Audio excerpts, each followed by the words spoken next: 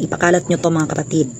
August 10 na ngayon, alauna ng madaling araw. Nakakaalarma po ang komento ng ating isang kapatid dahil basahin natin ha. May panakot din sila kapag hindi daw kompleto ang bakuna ng mga bata, hindi daw ito maaaring makapag-aral. Yan sabi sa atin kasi yung anak ko nagkataong nagkakasakit kaya hindi ko na nababakunahan kasi nga may sakit eh. Tapos nang iinsulto, sinasabi na hindi daw makakapag-aral anak ko mula daycare pataas kasi hahanapan o required ang immunization card bago makapag-enroll. Mga kapatid, lumaban kayo ha. Ito ay abuso sa karapatang pantao ng mga bata.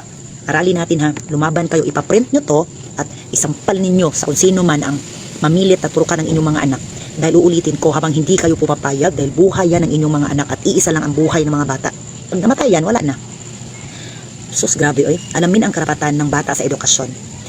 Gusto kong malaman ninyo na ang ating buhay, the right to life, the right to education, yan lahat, ang karapatan na tumanggi ay protektado at dapat irespeto ng Pilipinas. Dahil yan nga po ay karapatan. No? And lahat po yan, yung karapatan natin sa buhay ay inherent. Ang hirap bagang i-explain no na para madaling maintindihan ng mga tao ba na meron siyang karapatan at yun ay hindi pwedeng apakan. Kailangan lang ipaglaban, manindigan. Hirap eh. Kasi ang daming ang daming mga tao na para bagang gusto nila na spoon feed na lang sila ng mga information na hindi na lang sila mag-aaral at kailangan nila ng abogado para na ipagtanggol sila. Kaya naman po ninyong ipagtanggol ang inyong mga sarili. Uulitin ko po, hindi nyo po kailangan maging abogado para hindi maintindihan ang mga simpleng panuntunan. Napakasimple, napakadaling intindihin. At kahit i-familiarize nyo lang na, huy, ang aking anak ay akin. Ako ang nag-anak sa mga to. Galing to sa aking buhay. Halos mamatay-matay ako sa pag-ire. Ako ang bumuhay. Ako ang bumili ng gatas, ng diaper. Ako ang nagpasuso. Ako lahat. Bakit nyo pangingialaman at bakit nyo kami tatakutin na hindi nyo pag-aaralin? By the way, ang school, no? Ang mga schools, ang mga paaralan, ay hindi lang naman po yan ang mga institusyon kung saan nakakakuha ng edukasyon. Hindi po kailangan pilitin din natin mga anak na pumasok sa eskwelahan kung ayaw, kung nagkaka-separation anxiety lang ang sila diyan. Ang daming paraan para bigyan ng edukasyon ang bata o ang tao. Hindi lang po yung corporate schools, sa school po, mga korporasyon na walang ibang patutunguhan kundi magiging corporate slaves. Pag-aralin ka, tapos magiging tauhan ka lang din ng mga kumpanya, utusan ka lang nila. Ayaw kasing turuan ng mga bata na magtanim, mag-farming, no, maging maabilidad, magkaroon ng madaming skills and talents, i-develop lang mga iyon. Bulok ang Pilipinas. Anyway, parayon ta. Ang ating pong konstitusyon, no, ay ginagarantiyan niya ang mga karapatan ng mga tao, lalo ng mga bata, kababaihan, sa lahat. Wala pong pili, walang diskriminasyon, lahat. Dito po sa Artikulo 14, Article 14, Section 1, very klaro na tungkulin, obligasyon ng Estado na pangalagaan at itaguyod ang karapatan ng lahat ng mamamayan sa dekalidad na edukasyon. Therefore, we have the right to education. Lahat po tayo, no? Lalo ang mga bata. Tungkulin ng Estado na gumawa ng mga nararapat na hakbang upang ang edukasyon ay ma-access ng lahat. Therefore, we have the right to access to education. Kaya, yung mga pananakotin, hindi yan uubra kasi nga protektado nga ng Estado, no? At ginagaranti ng Estado na lahat ay mag-aaral. So, kung paanong paraan, kung saan na institusyon ay nasa iyo, basta ikaw ay matuto, no? Maging educated. Republic Act 10157, the Kindergarten Education Act. Kasi ito sabi na pag wala daw vaccination card ay hindi ka na pwedeng pumasok, no, hanggang sa hindi ka na pwedeng tuloy-tuloy to elementary, pre-elem ba yan, di ba, kindergarten, tapos elementary, high school, college, dahil wala ka pinakitang fax card, bawal ka na daw pumasok. Ay mga tanga, mga demonyo huy. Ang kindergarten ay bahagi ng basic education system. Ergo, no, lahat ng batang may 5 taong gulang ay dapat bigyan ng pantay na pagkakataon na makapag-aral sa kindergarten. Hindi nyo maintindihan, kaya huwag nyo tatakutin ang mga magulang na hindi na makapasok ang mga bata dahil walang turok. Turok ko yan sa inyong ulo, animala mo.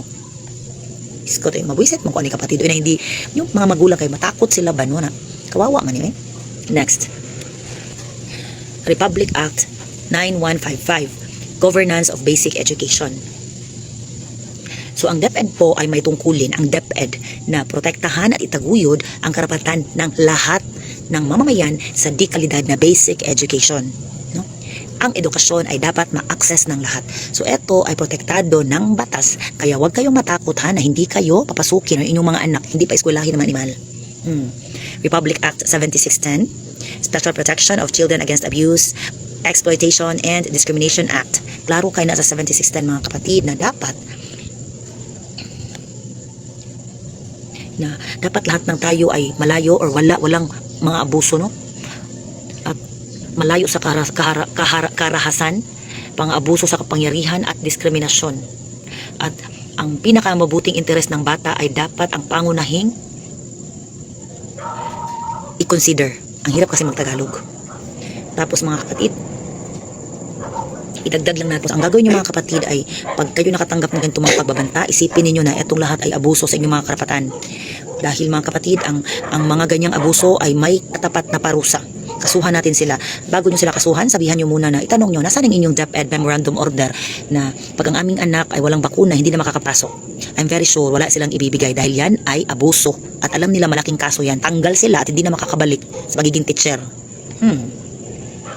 So yun mga kapatid ha, humingi kayo ng malinaw na procedure kung sakali na hindi talaga papasukin yung mga anak at hingin nyo lahat yung itong mga memorandum order nila lahat dahil babalikan natin sila. Magpatulong po kayo sa ating mga advocates. Bukas po ang samahan ng mga katutubong mamamahayag sa Pilipinas. I-broadcast natin yan, no? Gusto nyo lahat, Tribal Radio Philippines, lahat ng ating mga kapatid sa mga tribal groups, lahat ng media practitioners, lahat po ng mga anchors, ang dami-dami, libo-libo po kaming maingay. Baka akala nyo ako lang ang nag-iisang maingay. Napakadami po namin mga kapatid.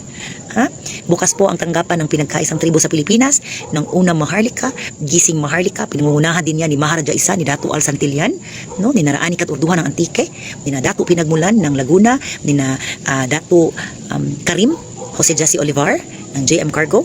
Ang dami-dami pong mga kapatid natin na matatapang. Baka akala ninyo ha, kulang ring maligalig na kausap ninyo o nakikita.